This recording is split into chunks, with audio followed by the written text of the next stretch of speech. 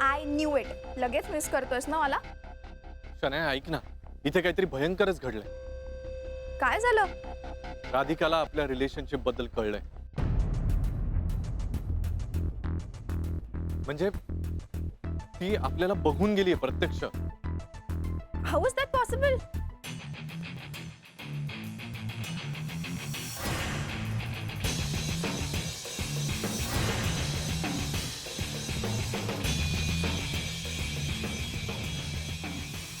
राधिकाला सगळं कळलंय गुरुना, तुमच्याबद्दल आणि शनायाबद्दल. तिने तुम्हाला दोघांना एकत्र बघितलं.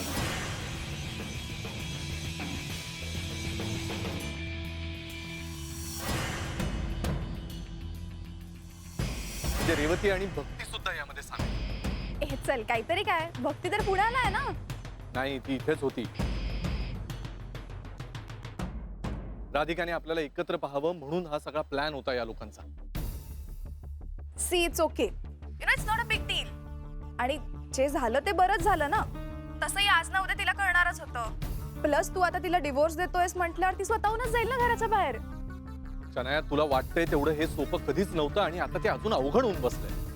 अरे काय टेन्शन घेतोस तू? काय प्रॉब्लेम आहे एवढा? हे बघ, तू तसंही तिला डिवोर्स देणारच ना.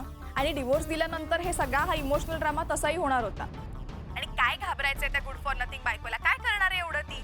C, you have taken the right decision. Okay, trust me. Shanaya, बाकी काही नाही ग, पण मी बाबांना घाबरतो, तुला माहितीये.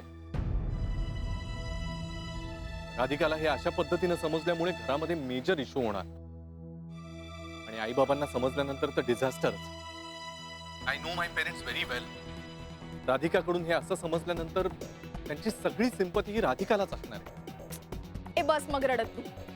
शनाया, लांबून बोलणं सोपं आहे, इथे मला डील करावं लागतंय प्रत्येकाशी. काल माझा काही संबंध नसलेले, माझे रिलेटिव्ह नसलेले ती रेवती आणि ते गुप्ते मला फडाफडा बोलून गेले आणि इथे तर हे माझे आई वडील आहेत ग. Okay okay, I am sorry. हे बघ, मला सिन्सिअरली असं वाटतं की तू आता डिसिजन घेतलंयस ना. Now take responsibility for it ना. आणि तू करू शकतोस यार. हे बघ, तुला कोणासमोरही झुकायची ना काहीच गरज नाही. आणि तू कशाला काळजी करतोस? मी आहे ना, मी काळजी घेईन सगळ्यात.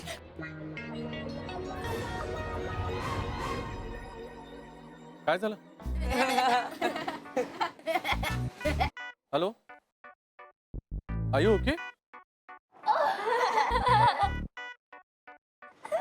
मी करते फोन नंतर. काय होतंय?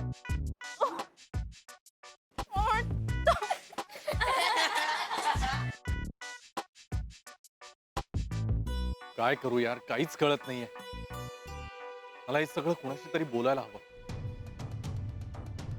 आनंद,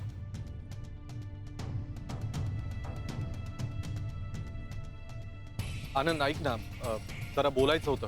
भेट ना मला. नाही नाही, घरी नाही, आपल्या नेहमीच्या जागी आहे ना. जरा अर्जंट आहे, प्लीज. हो, मी पोहोचतोच. Bye, see you.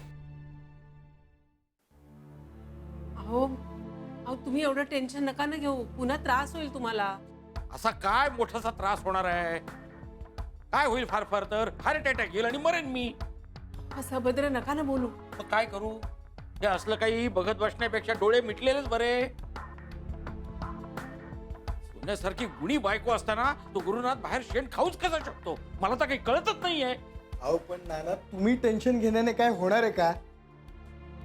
यांना प्रत्येक गोष्टीचं टेन्शन घ्यायची सवयच आहे. मग तब्येत खराब होते, मग आहेच हॉस्पिटल, डॉक्टर, औषध, त्यामागचा खर्च. समिधा अगं काय बोलतेय, जरा तोंड सांभाळून बोल. खरं तेच बोलतेय मी नानी. तुम्ही प्रॅक्टिकली विचार कधीच करत नाही, त्याला मी काय करू? आणि आजकालच्या जगात इतकं इमोशनल राहून चालत नाही. याच्यात कसला आला ग प्रॅक्टिकलपणा?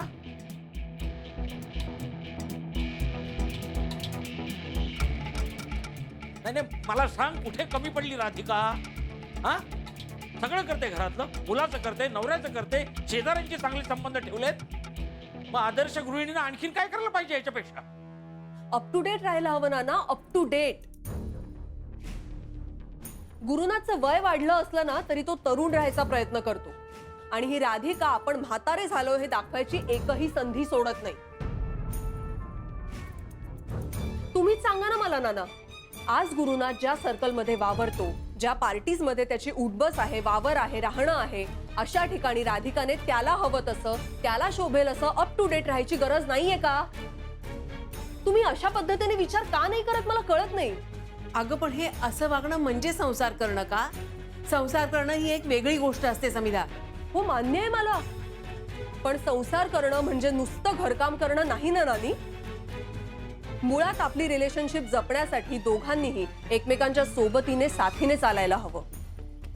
खरं सांगायचं तर राधिका आणि गुरुनाथच्या केसमध्ये ना राधिका खूपच मागे आहे आणि गुरुनाथ तिच्या खूप पुढे निघालाय. Actually they both are not made for each other. तुम्ही शनायला पाहिलंत ना कशी राहते ती? एकदम मॉडर्न आणि स्टायलिश आहे. राधिकाच्या कम्प्लिटली ऑपोजिट. गुरुनाथला शोभेल अशी आणि राधिका कम्प्लिटली आउटडेटेड आहे. या simply not made for each other. तुला त्या गुरुनाथचा राग येण्याच्या ऐवजी तू त्याची बाजू काय घेतेस ग? कारण जे प्रॅक्टिकल आहे ना त्याच गोष्टीची मी बाजू घेते नाना. मुळात ना असं खोट्या भ्रमात राहून खोटा संसार करण्यापेक्षा या सगळ्यातनं बाहेर पडलेलं केव्हाही चांगलं. सविता आता जास्त बोलीस ना तर थोबाड फोडी सांगून ठेवतोय.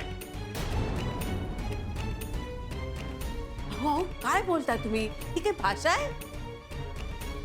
मग कशी बोलते ती बघ. तिच्या काही जिभेला हाड आहे का?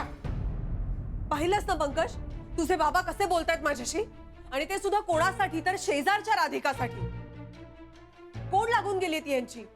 समिधा तू जरा 1 मिनिट शांत होतेस का प्लीज? उगाच त्यांच्यामुळे आपल्या घरात वाद कशाला? नाना तुम्ही नका विचार करू एवढा, प्लीज तुम्ही शांत व्हा. कसा शांत होऊ रे? शांत कसा होऊ? तुझी बायको आमच्या विरोधात गेली की तू नेहमी तिची बाजू घेतोस.